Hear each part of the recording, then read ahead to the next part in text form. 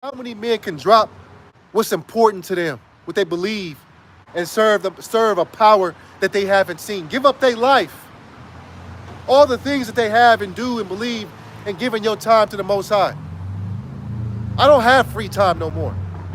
Shalom. It's the priest of ZAQAN back at you with another lesson.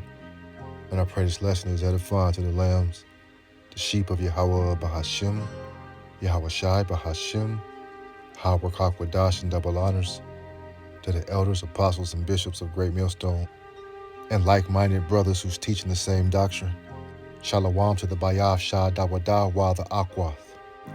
And I just wanted to take a break from the madness in the world that we're consistently reporting to you. I mean, so much is going on. You can be overwhelmed sometimes. And we as teachers, of this precious doctrine, have many things in common with the Lord's creations, because we, the Hebrew Israelites, were his first creations, as his first fruits made in the image of the Most High and his Son, and YAHAWASHI as the star, and the Elohim as the co-stars, labored to create this world. And we've been awakened out of a deep sleep that the world is still in, working for the Lord nonstop.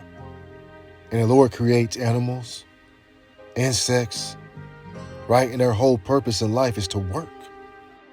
Ants build, sea life. They clean the sea and we spread the gospel, we being the salt of the earth. And the nutrients, of a bee's pollen, it brings flavor to the earth. And I have a personal place of concern for bees for some reason. If they're stuck somewhere, I help it. I've had bees fly up to my screen at my home and they'll stay there for hours. I find myself nursing it with raw organic honey. And nectar acts as a prebiotic. I'm not a beekeeper. It's just something that I do. But the labor of a bee, the labor of this work, it's a part of the awakening John 2 confirms, right? We were sent by the Father to use the plow and work. You're following the works of the King of all kings, right? This is 2 Timothy 2:6. The husbandman that laboreth must be first partaker of the fruits, right? So YAHAWASHI is the first fruit. The first spirit created, and the elect was with him in the beginning. And we will be with him in the end, as the book of Revelations, the 14th chapter says.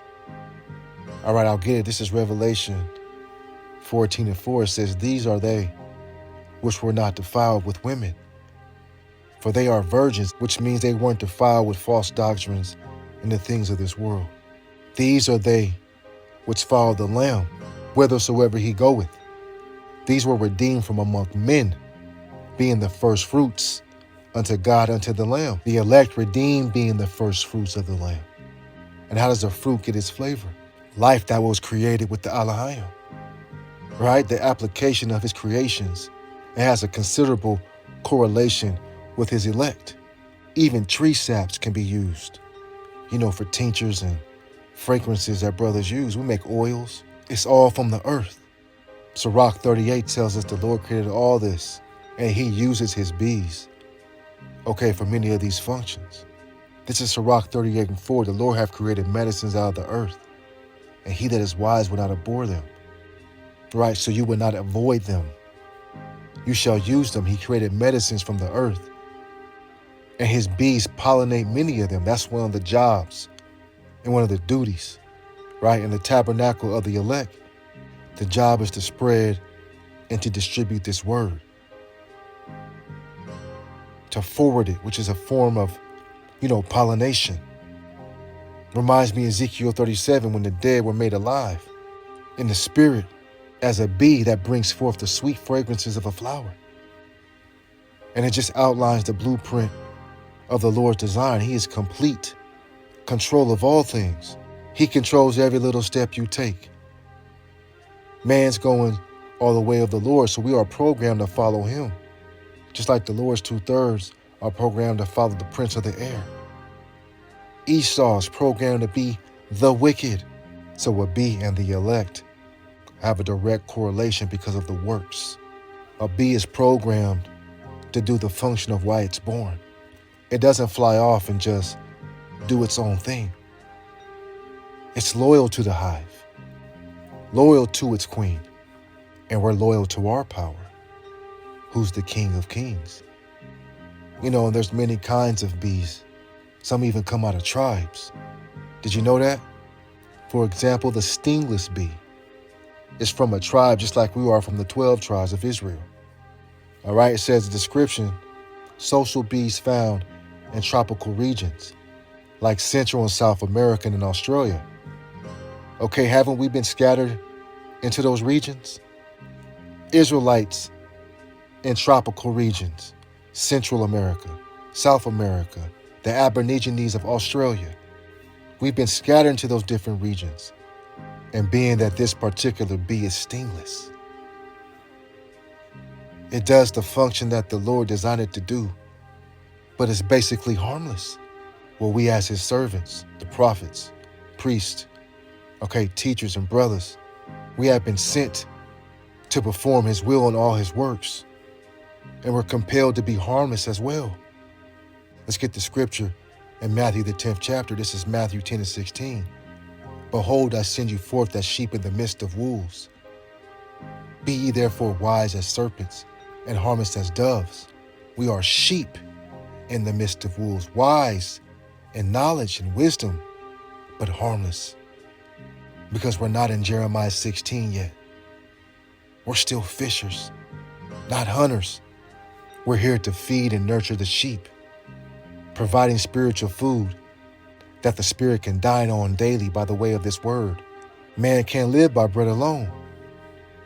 And a bee, you know, it plays a critical role in pollinating crops to produce the many foods we all eat. I believe about 1/3 of global food production, it relies on the bees' pollinators. So it's small, but it's powerful. David was small, but he had the spirit and power of the Most High, while YAHAWASHI to knock down a giant. These bees are beneficial to the ecosystem when you think about the resources and nutrients it provides for us, the natural things that we need, because through its pollination of flowers and fruits, nature runs its course. Okay, this is Sirach 11 and 3. The bee is little amongst such as fly, but her fruit is the chief of sweet things. If you can pick up what that's putting down, the works of the bee, the abundance of fruits it can pollinate. Flowers and trees have been manifested through its works, and the man of the Lord is invested in the works of the Father. His word has manifested in us, and we blow the trumpet of truth, right? This is a spiritual lesson showing you what and how the Most High works. Remember that Elohim created the garden in its perfection with YAHAWASHI. And the elect right now, today, are on a mission. And the Most High guides their steps. They cannot even be deceived, as the book Matthew the 24th chapter reads. So like a bee, we've been set up to serve, to labor, to work in this office. We're the Lord's worker bees. We preach his words that's likened to honey, flowing like our bellies, flowing with living waters. Let's get Psalms 119. This is Psalms 119, 103. How sweet are thy words unto my taste. Yes, sweeter than honey to my mouth. And this is how we were awakened. We were told to eat the whole roll. It was going to be sweet at first. But knowing that we are at the end of this thing, it's like sweet honey in our mouth, that we have this word. Aren't we from the land of milk and honey, full of resources and life? The earth is going to rejoice when the righteous are back in authority. This is Ezekiel 20 and 15. Yet also I lifted up my hand unto them in the wilderness, that I would not bring them into the land which I have given them, flowing with milk and honey, which is the glory of all lands, flowing with milk and honey. Right? And honey has been a delicacy for Israel. John the Baptist, he ate locusts and wild honey in the wilderness. So the honeybee, to many, that's very common. It works in colonies. And that shows the continuity because we work in camps. Okay, spiritual again, if you can compare and contrast. Nature, life, and his chosen is working in conjunction to keep his earth in some type of order. And the wicked want to kill off bees. They want artificial, genetically modified foods for us to eat, attempting to make everything micro-engineered, like nano nectar.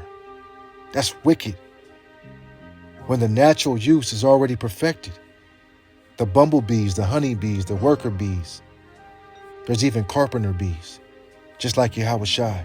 So as this word awakened us from the congregation from the dead, honey is one of the principal things that we can use in life as a benefit. Sirach 39:26 says the principal things for the whole use of a man's life are water, fire, iron, and salt, flour of wheat, honey, milk, and the blood of the grape, and oil of clothing. These are the things that all a man needs. In the earth, it provides on its own. It replenishes itself, but it's being destroyed by Esau, Edom. The bee itself, one of the main duties of this creature, okay, is pollination. So bees are vital pollinators, supporting 80% or 85%, I believe, of the global food crops and wild plants. And now it's endangered, again, by these same wicked people. But now it's endangered. And we're endangered. But everlasting rule is up next. The labor and the works and the belief, and the faith is a gift that's going to follow us. You're going to have a memorial for your dedication and servitude to the Lord. Right? Let's get this and I'll close. This is Sirach 24:20.